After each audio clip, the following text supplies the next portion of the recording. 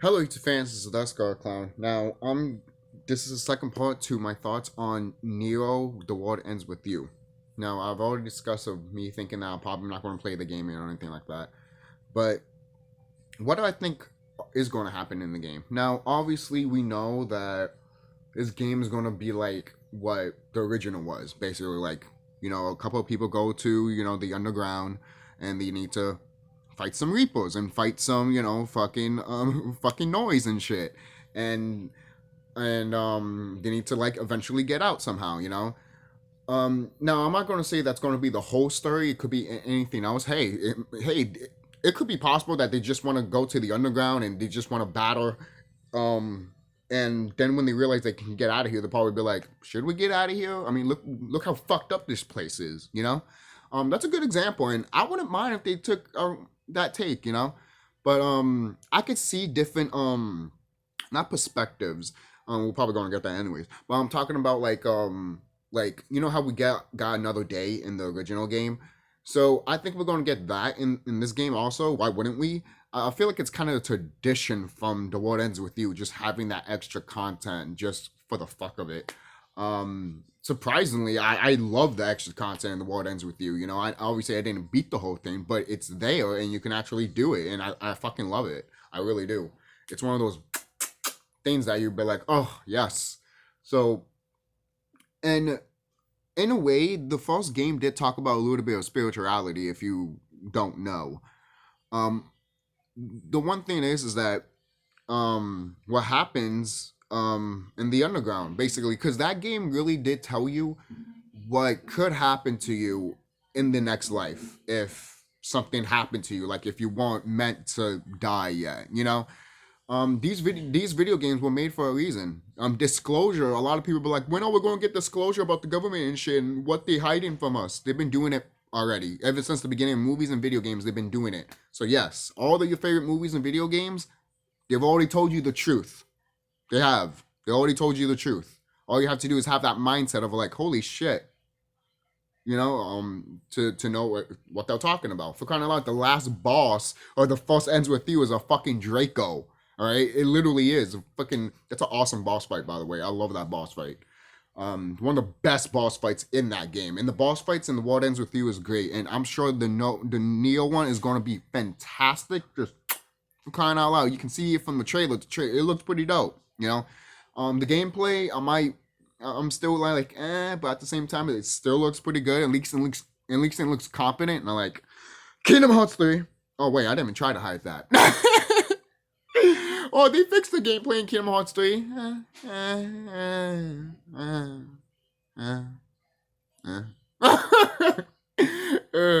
But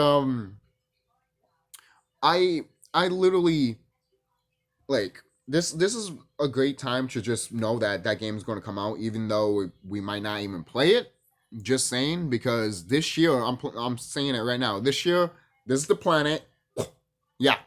So good luck trying to get that, and good luck trying to get a PlayStation 5. Good luck. So that's just a little thing right there. Hey, but probably that could be a video game on its own. You never know. you know. Um. So going back to basically the underground, we can probably see new stuff that is added to it, like different types of clothing. Obviously that whole clothing stuff will be a factor into the game, which I don't mind. I always loved that shit. I really did. When I first played The World Ends with You, I really didn't get it how it worked, but when you progress through the game and stuff, you'd be like, oh, this is how it actually works. And the best thing is, I never actually used the clothes, only for like maybe um for story purposes of like, hey, or going past through a wall or something like that, that you need to like have a specific pins or specific clothes to wear. Me, I didn't. You know how people walk around and they wear specific clothes and shit? You don't have to wear what they're wearing. You can literally make what you'll be like, ha! Oh, you're wearing that? Well, I'm gonna make you wear this, bitch. And they literally change and stuff. It's actually really cool. I like that. That's a nice touch. Attention to detail is magnificent. And other people might not be a fan of the whole wall blocking and all that. HC Bailey pointing that out. He didn't really care for that. And I can understand and understand why no one doesn't give a fuck about that. When I first played the game and I went through that shit, I'm just like, why The fuck's wrong with you? You know? You have this big fucking city, but you living me fucking ends and shit, and I have to wait till the end to fucking be around and crap. Hopefully this time it doesn't do that. A lot of people might say that, oh, it's doing that for a reason and everything like that, but at least have the freedom and make us guess, hey, where we need to go, instead of just having a fucking wall in front of us and be like, oh, at least we can't go there yet. And it's like, come on, game, come on. And especially, look, I'll probably understand if you did it when you first play, but when you second playthrough, come on. The game should know at least, or the game should be like, oh, that's the thing. The world ends with you, the original, there's not another fire. There's only one fire. If there was another fire, maybe they could have done like, oh, okay, you already beaten this game, so you don't have to go through the walls. You don't have to go do the wall thing. You can still talk to them and pass the objection, basically. I can't even pronounce that shit right now. Sorry. Pass the objective. There we go. And that's it. But most people will be like, oh, that defeats the whole purpose of the wall and shit. Look, I don't care about the wall. Most people are like, which one? The band? The wall that Trump was talking about? Or the wall from the World Ends With You? The wall from the World Ends With You, guys. I'm playing with you, obviously. But I'm still, it does look dope, and the main characters look pretty dope. And Rosetta Slow is literally coming back, and I'm just like, I mentioned that in my other video, but when I saw him, I'm just like, how many times do I need to teach you this lesson, old man? Literally, that's the first thing I thought about when I saw that motherfucker. I'm like, how many times do I need to teach you this? You fucking mother... And it's funny, too, because in another day, him and Neku are, like, literally best friends. But in the main game, they're not. They're, like, rivals and shit. And he's the reason, well, one of the reasons why Neku's gone. Not the main reason why Neku's gone, but one of the reasons. The main reason is, spoiler, Joshua. That's why I pointed out in my first video of like, oh, I didn't kill you, Neku. What are you talking about? Oh, yeah, I killed you. And it's like, why? You could have done it so differently there. That's the biggest complaint I do have about that game. Other than that, I'm fine with it, And some people, when they play on the DS, they go like, they're all confused and shit because they need to look down on and down and up on the character and all that shit. It is confusing, but there's an option to have it auto. Some people don't fucking like think about that shit, And then other people do mention it. They'll be like, oh, it's driving me crazy. I'll just leave it on auto. And I'm like, then you have no reason to complain, you dumb fuck. Sorry. You really don't. You really have... That's what I hate about some game modes. If there's an option there to turn it off or anything like that or change it, then don't fucking complain about it, you dumb fucking twat. The fuck's wrong with you, you fucking 5-year-old piece of shit? For real. I'm sorry, but not sorry. Like, the fuck's wrong with you? Literally, think for yourself, but I guess you're not. You want literally the programmers to spoon feed everything to you. That's why I'm not hype on fucking Kingdom Hearts anymore. For real.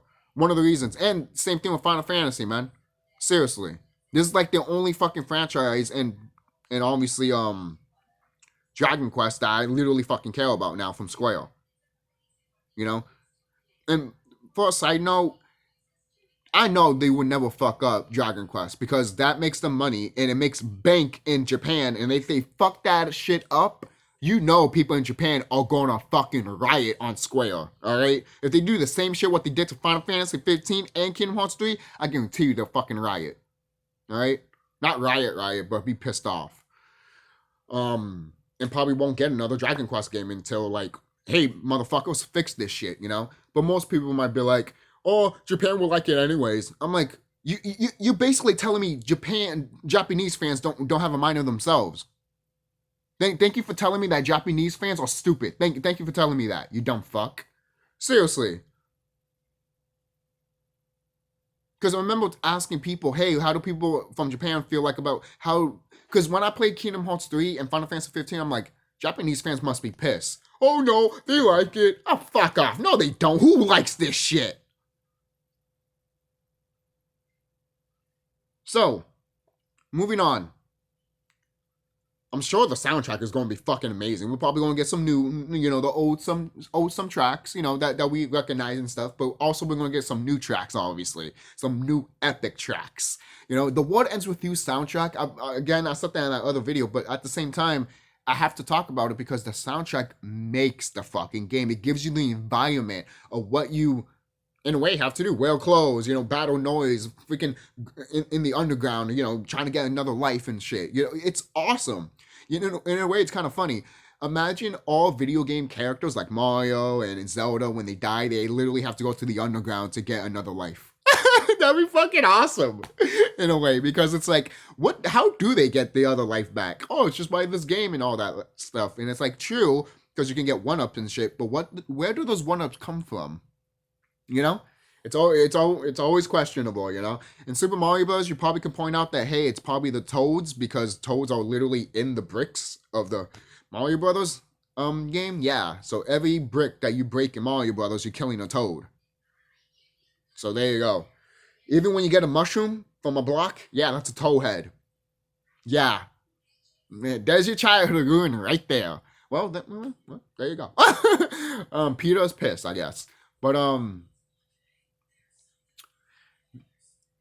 what is it? The way the gameplay looks awesome, obviously, like I said. And the reason I did mention that it should be open world is because it should be like that. Yes, you could have some things that will be like, hey, you can't progress here because obviously you need to do certain things, but don't have a wall, like I said. There's some games I've done it better. And I've been playing a little bit of Kid Icarus Uprising, and I'm just like, holy fucking shit. And the stuff that you can customize in that game, I'm just like, it's fucking freedom as all hell, and I fucking love that shit. God forbid Square does that. And even if they did want to do that, they want to like hold back at the same time because they don't want like people to be overpowered and shit. But and hey, at least we got it in Remine, I guess. Everything, But whatever. Should have been part of the fucking game to begin with, in my opinion. But if they put that in The World Ends With You, I mean, technically they kind of did in the first game, But more variety of like, imagine you have different characters, obviously. Different characters do different things, right? But imagine you could pick that character and pick what they should do. Like in Final Fantasy, like pick a job class for them. It's almost like that. But not certainly a job class, just a different weapon or something like that they use, basically. And then when they have the pins, they just show it and stuff, something like that. Not all the pins obviously will show what weapon they have, because sometimes when you use a pin, you usually fucking use a shield or fly and shit or whatever that pin looks like, But if it's a pin that literally attacks, then maybe it should be like attack, but like have a weapon or something like that attached to it. It doesn't have to be like literally a weapon that they hold, It could literally be like kind of like when Neku does fight and you see like a slash coming. It could be like that, but those slashers could be different types of slashers, I wouldn't mind that. That'd be cool. But that's just a thing to point out. I'm not saying they should do that. Oh, if they don't do that, fuck it. No, that if they do it, they do it. If they don't, then they don't. They don't have to do it. It's just there as an option. I mean, it's just a little thing that it's, again, it goes back to attention to detail. That's really it. It's not like a major thing that will literally change the game. I mean, change the whole gaming experience, but it would just make that gaming experience a little bit more better. Just to be like, wow, you actually went all the way with different types of fucking weapons and stuff when that person is fighting. So that's pretty cool. So other than that, what else could I think of? A lot of people did say that, hey, where's Neku and all that. I mean, they made it out of the underground, so maybe there will be maybe a cutscene showing Neku and Shiki and all that. But at the same time, I feel like their story is already done. Not to say they can't come back, but I feel like their story is done. And that girl that I forgot her name right now, that has the plush and has headphones. A lot of people say that either that's Neku and Shiki's daughter or some shit, which I'll be like, I don't think so. I think that's just another character in itself. But I do like how she does have literally Shiki's plush and Neku's headphones. Because it's almost like she's both of Neku and Shiki, but just more different. Which I like. And I'm surprised she's not the main character of the game. And I think the reason she's not the main character of the game is because the mobile version or the Switch version didn't sell all that much. So Square was just like, hey, you want this character, you need to buy the sequel. And then when eventually we have this character as the main character. If Square wants to do that, fine, I guess, right? You know, I probably can't understand and understand as a company perspective, you know? But as a person that have seen this character for a while, it's almost like having Kyrie not being the main character. Square. It's like, oh, you put her in the cover, or you put her in the game, or you think she's going to be the main character afterwards. But no, you don't get nothing. You just don't get nothing. You know? But most people are like, oh, just wait a couple of years. I'm like, we don't have a couple of years. I'm sorry, boo-boo, we don't. We're not going back to the way we were. I'm sorry, boo-boo. All right? Seriously, we're not. We're fucking not. But that's why I said I don't think I am going to play this game. But it is nice to know that there's a sequel out there, you know? And the fact of the matter is that whenever people do play this, if they ever do play it, if it ever happens, I don't know. But I guarantee you people will have fun if they play it, you know? If anything, you know, if none of that shit wouldn't happen, but it is going to happen. All right, here's an example. Most people are like, could we play video games in the fucking astral realm and spirit world, basically, when the physical and the spirit world come together? Probably. I mean, for crying out loud, we have technology right now. We just need to use that technology for good, basically, instead of wasting our fucking goddamn time. Basically. I'm not saying they didn't have games back then in ancient times. For crying out loud, have you seen those fucking? Have you seen that picture of a fucking what is it of a tablet, and someone's looking at the tablet and there's like a USB cord and all that shit? That's real. We had that technology back then. So obviously they probably had some games. So yeah. You know? So all of that stuff, I do see something differently in the new world that we're heading to. But what we see right now in the way gaming is completely going to change very, very fucking soon. All right? None of this SJW Nazi piece of shit that you saw in the fucking Last of Us 2. That shit's gone. All right? We're not going to see that shit anymore. All right? If that's one thing that people are probably going to be happy about, is that's not going to happen anymore. All right? Because agendas are going to fucking fall. No one's going to have an agenda. And someone's going to have an agenda, guess what? They're going to get the fuck beating shit out of them. All right? They all. It doesn't fucking matter, man or woman. All right? Oh, that's sexist. Okay. In ancient times, the woman was literally the leader. All right? And if some SJW Nazi wants to be like, oh, woman power and shit, and then wants to fucking like rule shit, you know what that woman is going to do? Smack her on the fucking cross the face or turn into a holy serpent and fucking kill her. All right? Hey, you went to a spiritual person, so you're getting the truth here. And some of the stuff you do see in video games and movies, man. And The World Ends With You is a great example of them telling you what happens in the afterlife, in a way. To people that didn't die naturally. No, not the people that killed themselves, but like people that died naturally. You know? I mean, not died, like, say if they got hit by a car, for example, you know, kind of like what happened to Beats and Rhyme. I mean, when I first saw that in that game, that broke my heart. It did. Stuff like that tells a player, if you're really spiritually in tune with himself, you actually figure out that this shit is real. And the reason that they make video games out of this is because they take ayahuasca. They do. And they see trippy shit, and they actually see what's in the spirit world. Why do you think in Japan they talk so much shit of people smoking weed, and then they put it on the news, and then you condemn? The fuck is wrong with you? But yeah, you would take drugs to make these video games behind the scenes when no one's not looking. I feel like sometimes it's something deeper than that, man. I feel like maybe that person in that company was going to expose that company, and then was like, "Oh, you smoke weed, get out of here," you know, you know. That's just me. Because even Japanese, I mean, even developers that are from America literally do take ayahuasca also, right? So that's a thing there too. And some video games have ayahuasca or a type of herb like weed, you know, kind of like what is it? One of the Metal Gear games, you know. And for example, I'm going to close right here soon. If you never played the game Indivisible, if you have passed that game in the store and you haven't gotten it, I don't know what to say to you. It is a fucking good game. I highly recommend getting it. I got the game mainly because of fucking the way the animation looks. I fucking love that shit. You know, one of the reasons why I liked The World Ends with You, because the animation. You don't have to have these. You don't have to have these hardcore fucking graphics to impress people. That's what I fucking hate about gaming nowadays. If it doesn't look like Call of Duty or what Kingdom Hearts looks like, or any other fucking game like Spider-Man and shit, then fuck it. Or it sucks.